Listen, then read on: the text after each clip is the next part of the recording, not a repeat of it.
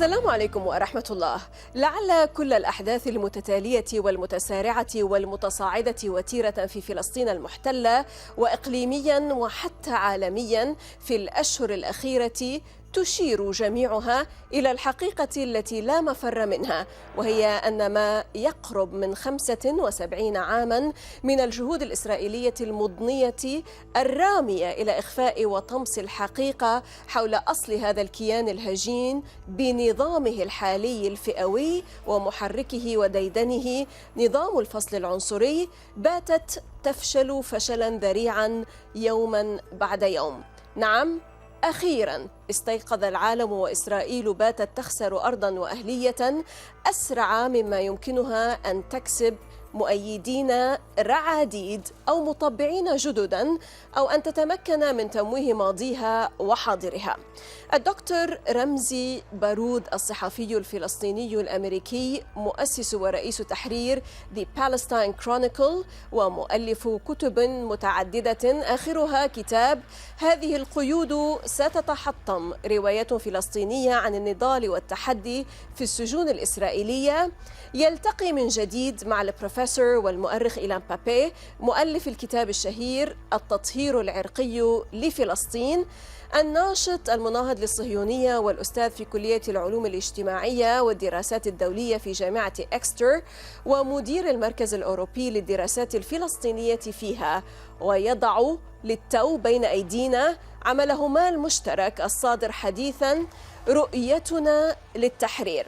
فحوى هذا الكتاب النفيس بمضامينه ودلالاته والدروس والعبر والخلاصات، والزاخر بالشخصيات الضاربة في العلم والفن والمعرفة والفكر، فضلا عن مؤلفيه، تجعل من هذا الطرح والنقاش حول فلسطين وأدبيات وواقع التحرير أمرا بارعا ومؤثرا وناضجا وحقيقيا. تعالوا معا نستقبل من أمريكا وتحديدا من سياتل الأستاذ رمزي بارود لنغوص معه عميقا بين طيات هذا المؤلف القيم ونتقفى رؤيته الخاصة عن التحرير. أهلا بكم إلى حلقة جديدة من الداخل، معكم زينب صفار، تابعونا.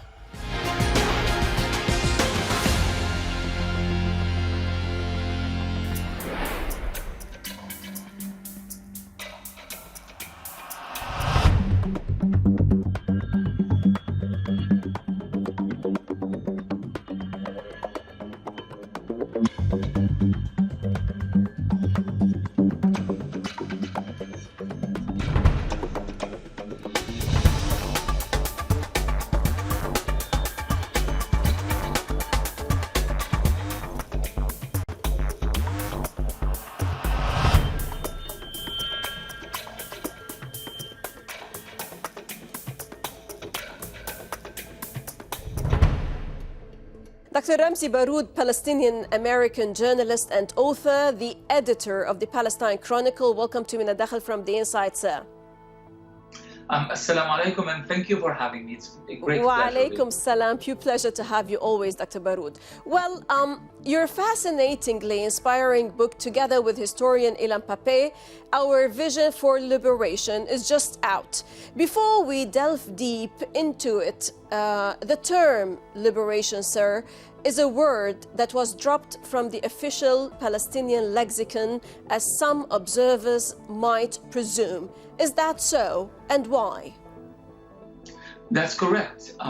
The term liberation, but other terms, al-muqawama, resistance, for example, and such terms have been kind of viewed with disfavor, if you will, since the Oslo so-called peace process and the political charade, and naturally the political discourse that accompanied that charade. The Palestinians and their supporters were divided to camps. Mm-hmm. The good, the bad, the radical extremist, and the moderate, and friend and ally of the United States and Israel, and so forth. And as a result, certain words, certain terminologies, and you said lexicon, have been removed almost entirely, not only from in the way that America and Israel view Palestinians and their supporters in the region, but even from the language and the political discourse of the Palestinian leadership itself. And that is very dangerous because the Palestinian people are leading a national liberation struggle. Nothing has changed. Palestine is still an occupied country. Palestinians are still an oppressed nation. Palestinians are still fighting and resisting for their freedom. So why did we remove the language that is intentionally meant to describe this process entirely? And we exchange it entirely with a language that does not in any way explain or describe the events in Palestine. So as a result, we have decided to use the word liberation as that new marker, or rather reuse liberation as the new marker if we are to think of a prosperous future for Palestinian freedom, justice, and so forth. It has to be based on the right terminology, and that is liberation. Excellent. You have always relied, sir, on the people's history, these sensitive, painful and evocative pieces that provide a human face to the painful epic of Palestinian torment and the remarkable courage and resilience of the people of Palestine, each telling its own harrowing and often beautiful story about the same episode in human history. That's very remarkable, actually, and brilliant to engage the ordinary people and the ordinary voice and their saga. My question, why did you choose Professor Ilan Pappé? This is not the first encounter with him, as co-editor, and who are the protagonists of your book this time? Let's have a deep dive into this valuable reference, please. Absolutely, with pleasure. The fact is, we spoke about how the language changed, but also the characters have changed. The Palestinian people who have served and have always been situated as the core player in this so-called conflict, in what we call a national liberation struggle and revolution and rebellion and muqawama, they have been removed entirely from the story. They are not important. They are only emerging once in a while as victims. So this whole kind of victim politics that emerged in Palestine, we only see them due times of war, but nothing else. There are numbers and statistics. So what I did, and that's the connection with Professor Pappé, is that I did my PhD at the University of Exeter, and it was my way of trying to turn people's history in Palestine, in the Middle East, and by the way, this is an area of study that is tremendously lacking in our region. Our ability to try to understand and analyze events in the Middle East and in Palestine in particular rarely follows a trajectory of ordinary people. We constantly seek the answers by trying to understand characters, leaders, presidents, emirs, sheikhs, governments, ruling elites and classes, but we do not look at the people. The ordinary people, that's very true. Absolutely, and in fact, I mean, this conversation could carry on for much longer in that why did we inherit this particular depiction of history? Who gave it to us? And really the answer is in Orientalism, but that's a whole different chapter that I don't want to delve into now. The fact is, we did not approach the issue of peoples or ordinary people as a sentimental issue, meaning we were not trying to just make an emotional point. To the contrary, we asked a simple question. Why is it that Palestinians continue to fight after nearly 75 years of Zionist colonization in Palestine? What propels them to fight? Is it characters? Is it Mahmoud Abbas? Is it Mohammed Dahlan? Is it Yasser Arafat? Is it a faction? Is it a particular organization versus others? No. The reason that they carry on with this fight against numerous odds and unprecedented hardship that very few countries in the global south have faced throughout the years is the people themselves. There is something, the secret, the code is actually in the people. But how do you describe it in a way that makes historical sense? that would actually allow us to understand history in a reasonable way, using that as the paradigm. Right. Your books, Dr. Ramzi, have always probed decades of Israeli lies and exposed them. This book, this new outcome, this timely discussion, aims to challenge several strata of the current Palestine discourse that have led to the present dead end. Illuminate us more, please. Tell me about your particular vision as Dr. Ramzi Baaroud for liberation. That's right. So here we are in a situation where it's kind of a catch-22. If an individual on his own, or an organization or a political group on their own come up with a vision that does not represent the overview vision of the Palestinian people, we always have this conflict. The conflict of representation. Who represents the Palestinian people and who has the right to speak about the Palestinian people? And it hasn't been resolved, despite many attempts at trying to resolve it. It hasn't been resolved. We already know certain things now. We know through opinion public polls and through the behavior of ordinary people, through the muqawama in Gaza, through the muqawama going on in Jerusalem, in Palestine 48, throughout the West Bank, that the people do agree that resistance cannot be compromised, that this is something that we all Palestinians have in common. We already have many things in common, but we do not have a common political program. So this book was trying or attempting to offer an introduction to what a Palestinian political program would look like. Now, of course, there's the issue of how were these intellectuals were selected? What was the process that made certain people qualified to speak about that specific issue versus others who were not? And this is where there is a key word in the title, Zainab, that says engaged Palestinian leaders and intellectuals speak out. It's the word engaged here that makes all the difference. Very so true. Basically, it was a way of deciphering the degree of involvement. You have the detached intellectual, someone with ideas, but no real practice on the ground. The term engaged intellectual, similar to the term organic intellectual, come from Antonio Gramsci, the anti-fascist Italian intellectual who fought Mussolini and fascism for so many years and died essentially in prison.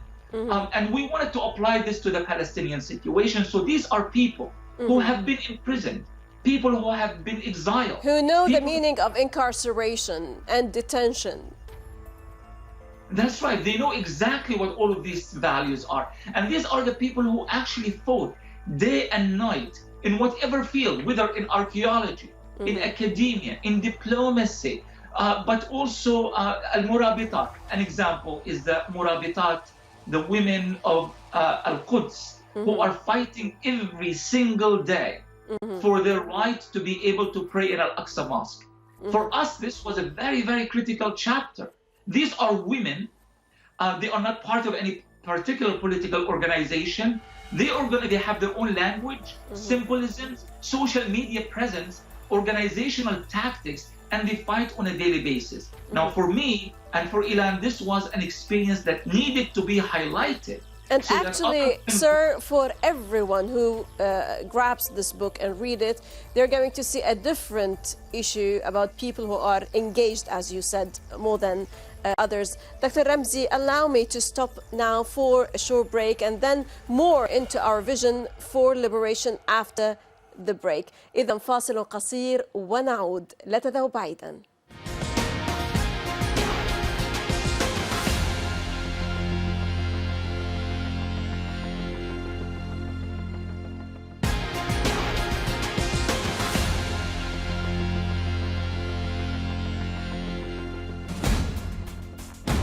لعل كتاب رؤيتنا للتحرير لمؤلفه الدكتور رمزي بارود رئيس تحرير The Palestine Chronicle يتطرق إلى ما علينا فعله الآن وفيما بعد بصورة لا تعكس التطلعات الفلسطينية فحسب، بل تعكس أيضاً النظرة الفلسطينية إلى ما يمكن تحقيقه.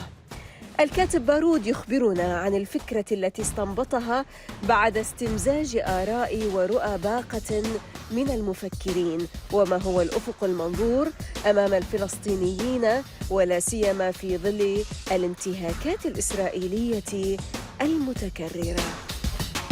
Well, I mean, the fact that we are still here and we are still talking about Palestine and we are still talking about possible victories and future scenarios, it really means that Palestinians are not going anywhere.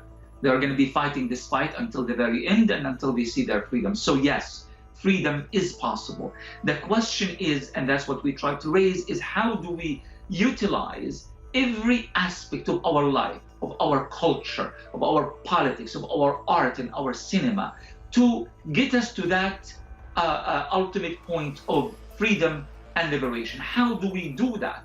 And to answer that question, instead of offering the answer myself, of course I have my own answer. To answer that question, we sought the people who are the most experts on these particular areas of study, because at the end of the day, you do not liberate people or liberate countries or nations by kind of, just words or cliches or symbols or slogans. You liberate them through tactics and strategies. And these tactics and strategies are divided to many areas, many fields of life. When a Palestinian woman, for example, from Al-Khalil, tries to get to Bab al-Amud to sell her vegetables and her produce in order for her to raise her children so they grow up to be educated and to have better opportunities and to join their people's struggle for freedom, in my mind, this is an act of resistance. But this happens every day.